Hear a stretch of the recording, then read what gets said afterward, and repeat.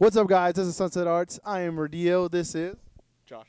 And today we are going to be reviewing Pitch Perfect 2.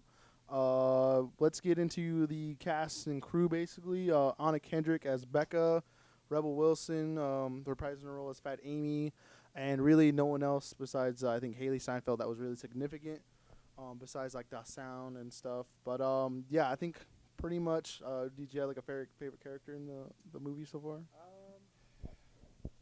Have to be the producer, Key. The guy that he's from Key and Peele. Yeah, okay. Yeah, I know what I'm talking about. He was pretty cool. Yeah.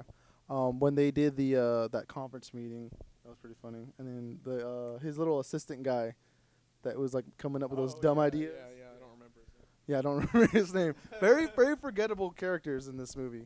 I think it was Bumper, and Fat Amy. They gave Adam Devine some more TV or more screen time, I guess that's what you call it. But yeah, he was awesome, especially when he got his heart broken and he started crying, and then the guys on the boat came up. But yeah, so let's go ahead and get into the plot. Plot basically almost the same exact movie as the first one. As in, they kind of get torn down in the beginning by them getting stripped of like their title, and then like that little dumb tour. I thought it was kind of funny, like it was a Volkswagen or a Kia like opening for like their new car, and like they were supposed to sing for them, and then they replaced them with that sound, which are the protagonists. We find out early. After that, it's basically the same thing. They have that little four-way battle with all the other acapella teams. And then you hear between then, the two announcers are like following them on the redemption road. But basically almost the same thing. They get like torn apart again right before like the final, which was the World Acapella Championships. What made Something like that. yeah, it That's didn't, what it's called. it didn't really make any much sense how it like panned out. And then that sound was basically every time they would meet up, they would just obviously have that conflict, but then prevail over them every time. It was kind of annoying. It seemed like the plot was just there to set up the jokes. The plot didn't really mean much, and they followed a similar format from the first movie. Didn't really make much sense. Tried to set up some decently funny jokes, but honestly, it just ended up being pretty similar to the first movie. So I kind of feel like this was like a lot of the jokes were like the leftover jokes from the first one that they didn't kind of fit in. maybe leftovers. I kind of felt like they just tried to take everything that seemed kind of funny from the first movie and just make a new movie out of it, and it just got kind of old. Really fast. On a It was- plot level, it really just didn't jive. So,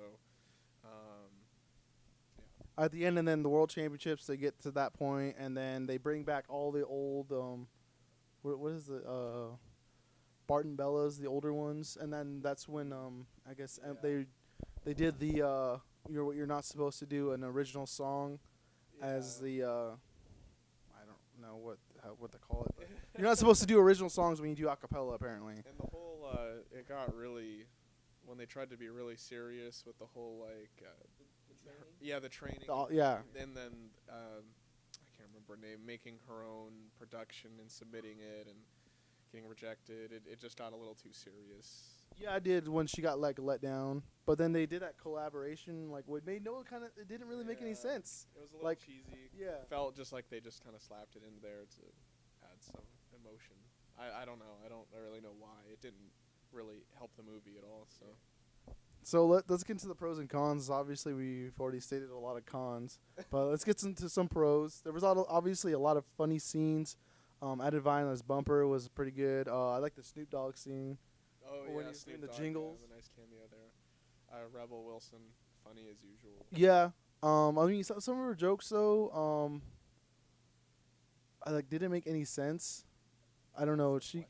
I guess, but and then how the Dow Sound female, I forgot her name. Yeah. When her and Anna Kendrick or Becca would feud, and like she would have like nothing to say about it, like, or she would just compliment her. And I mean that was a pro, but it's also a con. They used it so much in the movie. Yeah, or like just every time, every they, time. They picked a joke and they just used it over and over and over again. So I don't know. There were some good funny bits, but it just felt reused. Yeah, definitely. I think the only other thing was the Green Bay Packers being in the movie too. That was funny. I thought that was really funny. And that's, So final thoughts. Would you recommend this to someone to go see in the theater?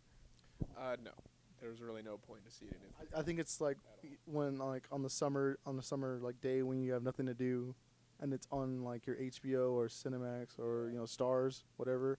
Catch it, or even wait till it's like on like an actual network like TBS or something like that. Yeah, I mean, the best I could recommend is, pay-per-view. Like Yeah. really, just like rental. Yeah, or just wait till it gets a red box. You'll see it once, and then that's all you need to see it. Really. Yeah, very forgettable. I mean, when we were doing like the preview of this, we were like, "Wait, dude, what do you remember from the movie?" Yeah. Exactly. So, yeah. So, Josh Rodillo, it's our Pitch Perfect 2 review, guys. Hope you guys enjoyed. Like, subscribe, share the video, and yeah, we'll see you guys later. This is Sunset Arts.